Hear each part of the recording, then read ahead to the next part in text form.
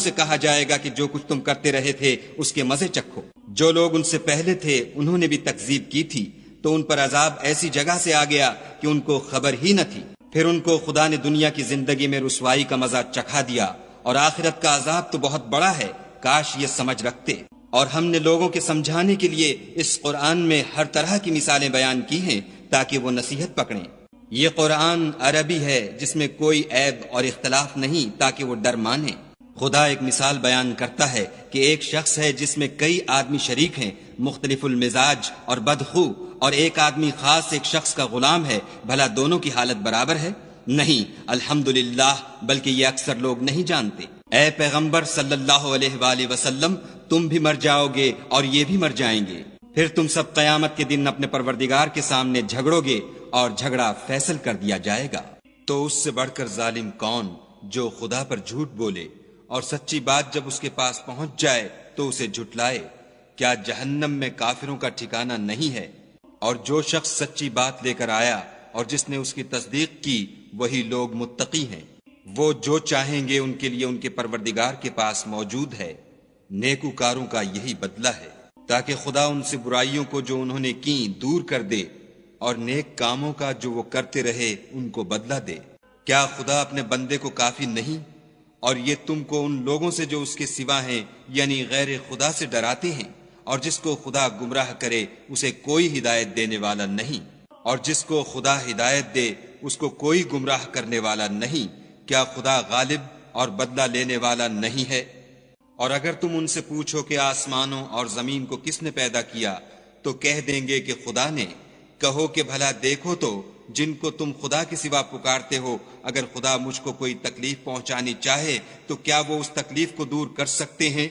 یا اگر مجھ پر مہربانی کرنا چاہے تو وہ اس کی مہربانی کو روک سکتے ہیں؟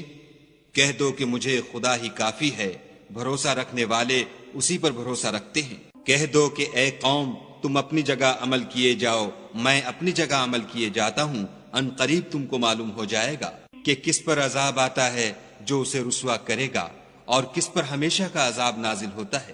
ہم نے تم پر کتاب لوگوں کی ہدایت کے لیے سچائی کے ساتھ نازل کی ہے، تو جو شخص ہدایت پاتا ہے تو اپنے بھلے کے لیے، اور جو گمراہ ہوتا ہے تو گمراہی سے اپنا ہی نقصان کرتا ہے۔ اور اے پیغمبر صلی اللہ علیہ وآلہ وسلم، تم ان کے ذمہ دار نہیں ہو۔ خدا لوگوں کے مرنے کے وقت ان کی روحیں قبض کر لیتا ہے، اور جو مرے نہیں ان کی روحیں سوتے میں قبض کر لیتا ہے، پھر جن پر موت کا حکم کر چکتا ہے ان کو روک رکھتا ہے، اور باقی روحوں کو ایک وقت مقرر تک کے لیے چھوڑ دیتا ہے۔ جو لوگ فکر کرتے ہیں ان کے لیے اس میں نشانیاں ہیں۔ کیا انہوں نے خدا کے سوا اور سفارشی بنا لیے ہیں؟ کہو کہ خواہ وہ کسی چیز کا بھی اختیار نہ رکھتے ہوں اور نہ کچھ سمجھتے ہی ہوں۔ کہہ دو کہ سفارش تو سب خدا ہی کے اختیار میں ہے، اسی کے لیے آسمانوں اور زمین کی بادشاہت ہے، پھر تم اسی کی طرف لوٹ کر جاؤ گے۔ اور جب تنہا خدا کا ذکر کیا جاتا ہے تو جو لوگ آخرت پر ایمان نہیں رکھتے ان کے دل منقبض ہو جاتے ہیں، اور جب اس کے سوا اوروں کا ذکر کیا جاتا ہے تو خوش ہو جاتے ہیں۔ کہو کہ اے خدا، اے آسمانوں اور زمین کے پیدا کرنے والے اور پوشیدہ اور ظاہر کے جاننے والے، تو ہی اپنے بندوں میں ان باتوں کا جن میں وہ اختلاف کرتے رہے ہیں فیصلہ کرے گا۔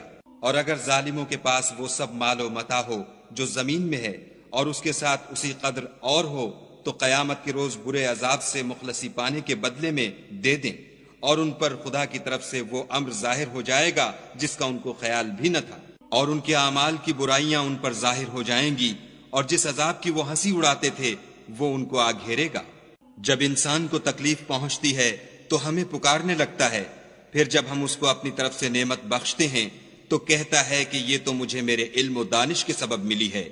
نہیں، بلکہ وہ آزمائش ہے، مگر ان میں سے اکثر نہیں جانتے۔ جو لوگ ان میں سے پہلے تھے وہ بھی یہی کہا کرتے تھے، تو جو کچھ وہ کیا کرتے تھے ان کے کچھ کام بھی نہ آیا، ان پر ان کے اعمال کے وبال پڑ گئے، اور جو لوگ ان میں سے ظلم کرتے رہے ہیں ان پر ان کے عملوں کے وبال ان قریب پڑیں گے، اور وہ خدا کو عاجز نہیں کر سکتے۔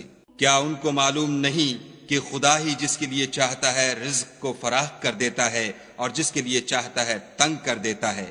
جو لوگ ایمان لاتے ہیں ان کے لیے اس میں بہت سی نشانیاں ہیں۔ اے پیغمبر صلی اللہ علیہ وآلہ وسلم، میری طرف سے لوگوں کو کہہ دو کہ اے میرے بندو، جنہوں نے اپنی